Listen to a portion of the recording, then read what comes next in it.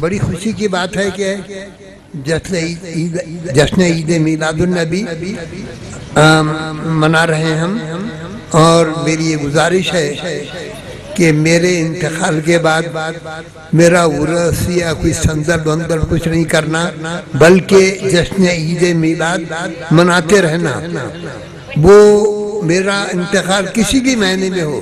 تو کچھ نہیں کرنا اس وقت، صرف یہ سرکار دو عالم صلی اللہ علیہ وسلم کی جو میلاد ہے یہ جشن مناتے رہنا ہمیشہ، اور حضرت خدا کے قدم مبارک یہاں آتے رہیں گے، اور اللہ تعالیٰ ان کی عمر اقبال میں ترقی دے، 100 سال سے بھی زیادہ ہو جائے، ان کے آل اولاد بھی یہاں پر تشریف لاتے رہیں گی، کہ ہمارا سلسلہ افتخاریہ قادریہ چشتیہ سید۔ میں تھوڑا سا آپ سے گزارش کرتا ہوں کہ سنیے، محبوب علی شاہ قادری رحمۃ اللہ علیہ جن کا مزار مبارک حیدرآباد میں ہے، ان سے سید محمد افتخار علی شاہ صاحب رحمۃ اللہ علیہ سرفراز ہیں، ان کو نعمت بھی دیے، خلافت بھی دیے۔ دوسرے سید اکبر علی شاہ صاحب رحمۃ اللہ علیہ، اب وہاں سے شروع ہوتا سید محمد افتخار علی شاہ صاحب رحمۃ اللہ علیہ، وہاں سے اس کے بعد میں سید فرید اللہ حسینی صاحب رحمۃ اللہ علیہ اور معین اللہ حسینی رحمۃ اللہ علیہ، اس کے بعد میں نور اللہ حسینی صاحب رحمۃ اللہ علیہ، فرید اللہ حسینی صاحب رحمۃ اللہ علیہ کے بعد نور اللہ حسینی رحمۃ اللہ علیہ، اس کے بعد میں ہے ادھر شاخ آئی سید انور اللہ حسینی صاحب رحمۃ اللہ علیہ، آگے چلیں گے، اس کے بعد میں سید محمد افتخار علی شاہ صاحب سے اسی طرح سے سرفراز جو ہوئے وہ خواجہ معین اللہ شاہ صاحب رحمۃ اللہ علیہ، جن کا مزار مبارک جو ہے اورنگ آباد میں ہے، اور ہم سب انہی کے ذریعے سے ان سے وابستہ ہے۔ معین اللہ شاہ صاحب رحمۃ اللہ علیہ کے خلیفہ سید حضرت حمید علی شاہ صاحب رحمۃ اللہ علیہ، ان سے خلافت ناچیز کو ہے، اور یہاں جو جتنے خلفاء ہیں ان کو ہے۔ اب حضرت افتخار علی شاہ صاحب رحمۃ اللہ علیہ کو بھی 11 خلافتیں ہیں، 2 تو اپن خود لکھتے ہیں، ایک محبوب علی شاہ قادری اور ایک سید اکبر اللہ شاہ قادری لکھتے ہیں، سید محمد افتخار علی شاہ صاحب کے، ایسے 11 جگہ سے خلافتیں ہیں۔ سید نور اللہ حسینی صاحب رحمۃ اللہ علیہ کو تقریباً حضرت نے فرمائے کہ ان کے والد صاحب سے ہیں فرید اللہ حسینی صاحب رحمۃ اللہ علیہ سے، پھر ان کے تایا سے ہے معین اللہ حسینی رحمۃ اللہ، نانا ماموں سے، اتنے لوگوں سے خلافت ہے۔ تو اسی طرح سے ہمارے ذاکر حمید کو مجھ سے میں نے بھی خلافت دیا ہوں، اور حضرت سید انوار اللہ حسینی صاحب نے بھی خلافت دیے ہیں، تو 2 خلافتیں ہیں، بس 2 خلافتیں، جیسے محبوب علی شاہ قادری رحمۃ اللہ علیہ، سید اکبر علی شاہ صاحب رحمۃ اللہ علیہ، اور سب میں نے ان دونوں میں جمع قادری جتنے ہیں یا ان، اب جو ہے ایسے تو وطن صاحب سید محمد افتخار علی شاہ صاحب کے 11 پیر ہیں، 7 تو ایک شاید یہاں بیٹھے ہوئے ہیں، انہوں جانتے ہیں کیا نام، توقیر میاں کو 7 جگہ کی، یہاں سے ہلکٹے والوں کو بھی انہی سے خلافت ملی۔ افتخار علی شاہ صاحب رحمۃ اللہ علیہ کے بہت خلیفہ ہیں، وہ ہر جگہ موجود، ہر کوئی شخص بولتا میں افتخاری ہوں، کیونکہ آپ پورے ہندوستان میں یا ساری دنیا میں مشہور تھے ان کے خانخواہ، ہر خانخواہ والے چاہتے تھے کہ آپ کا نام، آپ کی خلافت ہم کو ملے،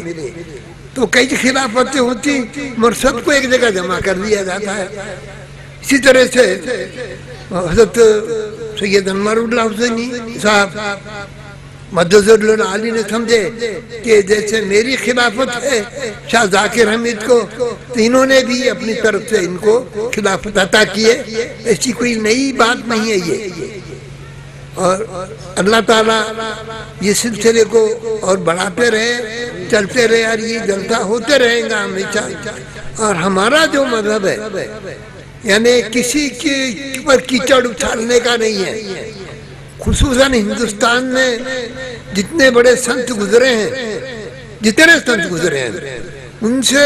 وہ ہمارے سلسلے کی باتیں کرتے ہیں. وحدت الوجود کو وہ سنسکرت میں یا مراٹھی میں ادویت بولتے ہیں.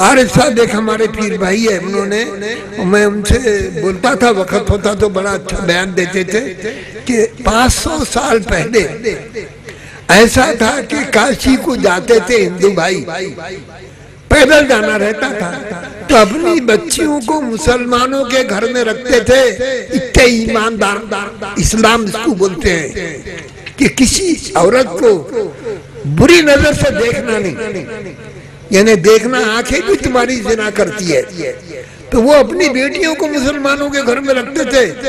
اطمینان سے کہ یہاں پر ہماری بچیاں سلامت رہیں گی، ہماری عزت سلامت رہیں گی۔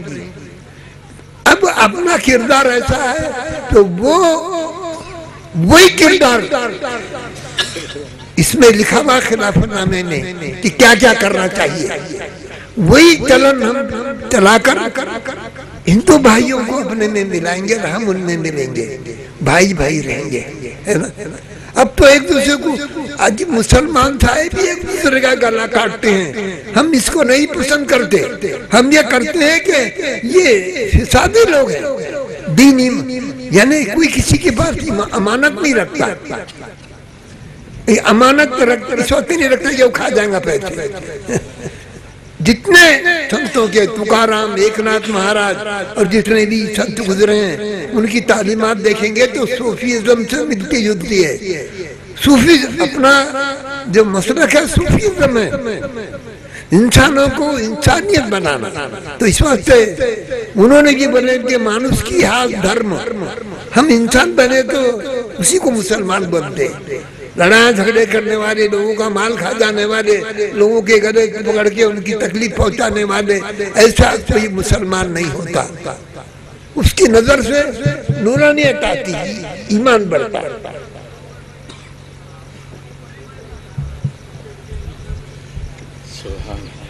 میں جو بول رہا ہوں کہ ہم یہ صوفیزم، یہ حضرت نے ابھی خلافت نامہ جو پڑھے، یہ ہم پھیلائیں گے تو اب دھرم نرپیکشتا بولتے مگر نہیں ہے، وہ اسی کے پر تو الیکشن لڑتے، ادھر مسلمانوں کو کرنا، ادھر ہندوؤں کو کچھ کرنا، یہ الیکشن نہیں ہوگا، یعنی جھگڑے فساد زیادہ کرے تو ووٹ ملتے نہیں۔